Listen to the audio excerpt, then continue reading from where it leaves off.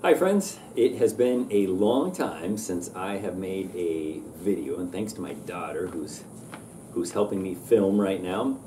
She was the one that told me, "Pop, Dad, you've got to make a video. You're way overdue." Even though I have a YouTube channel, I do not consider myself a YouTuber. The whole purpose of this channel is to show you the kids in the school, not me. So I'm not the star of this of the channel. But what I'm going to show you, I didn't want to just throw it up there without any context. Are concert practices and concerts that we had in the month of June.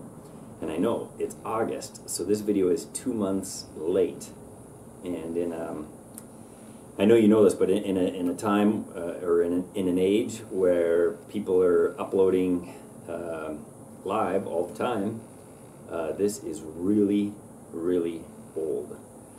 However, many years ago, before I lived down here, I hesitate to share this because it sounds like I'm boasting, but I'm not. But I used to sponsor a girl down here, and it's kind of how I ended up down here.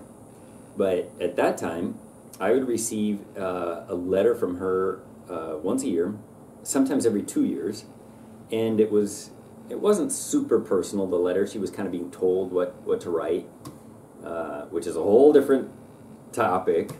But I would receive those letters once a year, once every 2 years, and man, I would cling on to them and read every word, and I would think, wow, this little girl wrote this with a pencil in some dusty part of Tijuana. Our family of 4 plus 2 dogs has lived in an 800 square foot home for, well, ever since I got married 17 years ago, in my kids' entire lives. So we don't have a lot of extra room to store stuff. I'm much more of the pack rat than my wife. I don't want to get rid of things because you can always use it later. But my wife is really good about getting rid of things, and maybe we'll talk about how we get rid of things in another video. But there's one thing I still have. I still have a folder of all those letters from little Angelica, who's now a grown woman, mom now, but I still have all those letters she wrote me years ago, all to say. After she wrote me those letters, I'd probably get them 6 months later in the mail. So, in my mind, making a video like this 2 months after the concerts is right on time. But I know it's not. But if you sponsor a kid at Didaque or the new school we're working with now, Pescadores, I would think, if I was you, that I would want to look through the next few minutes and see if see if I can find my kid singing someplace on the risers.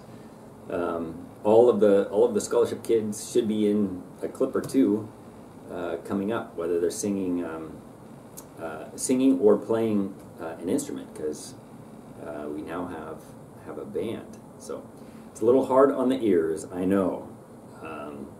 My kids are in a different band, although they help out with the band that you're about to see.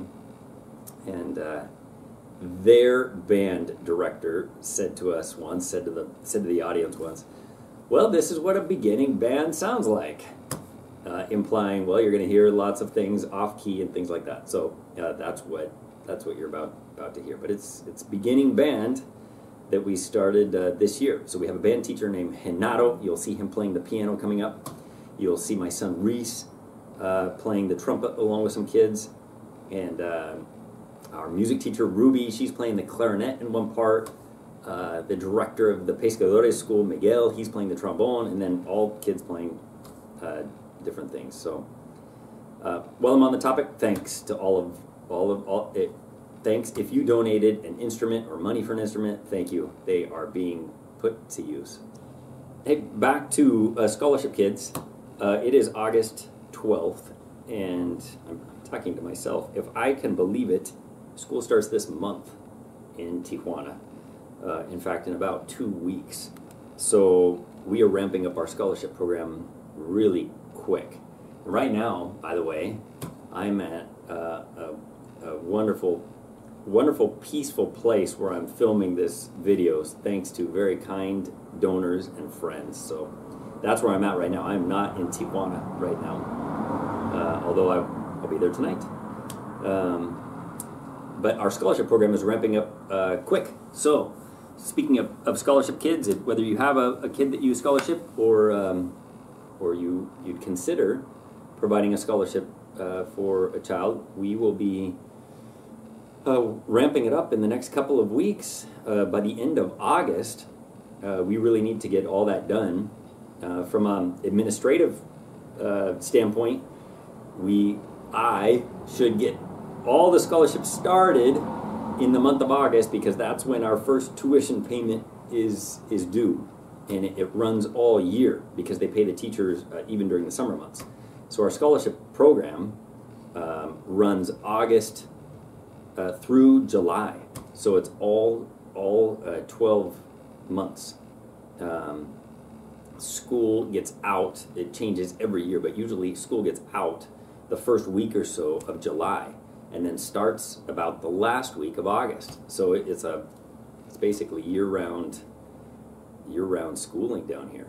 2 weeks for Holy Week, and 2 weeks for Christmas break, and then there's lots of other days scattered throughout the year where they have no school. But it's almost year-round schooling down here. So I often get the question, wow, why am I being billed all 12 months? Well, that's why. School goes from August all the way through the next July, and teachers are paid year-round, and so tuition is due every month of the entire year. So anyway, I have work to do as soon as I get home. So enjoy the next few minutes. They're just random clips that I pulled off.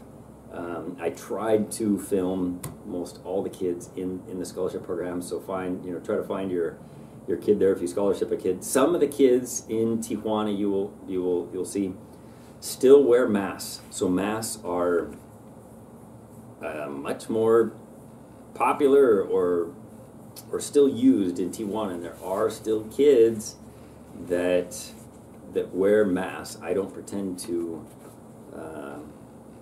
understand it, but there are some kids, even singing, as you'll see coming up, wearing masks. So if I've concentrated on filming a kid for a while with a mask, you might wonder, why in the world am I filming a kid with a mask? Can't even see the kid's mouth moving.